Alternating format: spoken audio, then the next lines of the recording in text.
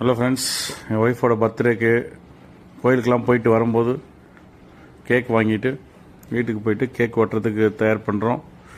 So வீட்டில் cake வெட்டுறதுக்கு ready ஆகிட்டாங்க. பசங்க கூட நின்று கேக் வெட்டுறாங்க. அம்மா happy birthday to you, happy birthday to you, happy birthday to Prema. எங்கள் பையன் டிவியில் ஹாப்பி பர்த்டே சாங் வைக்கிறதுக்கு ரெடியாக இருந்தார்.